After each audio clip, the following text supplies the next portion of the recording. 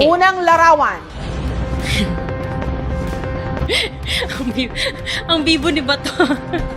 What are you on? You know, Bato is a very serious guy, pero ang kengkoy niya talaga. Kahit anong seryoso, ang sinasabi niya, ang kengkoy ng nature niya. Punta ako doon sa dahig, mag-wig ako.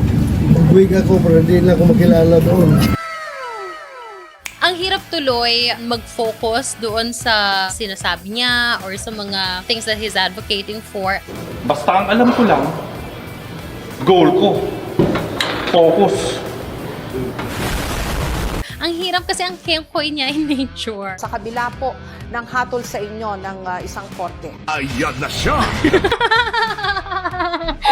Hoy, totoo ba to? Mistake talaga to? Or sadya? Oh! So parang abangan. Ganyan. Ayan na siya.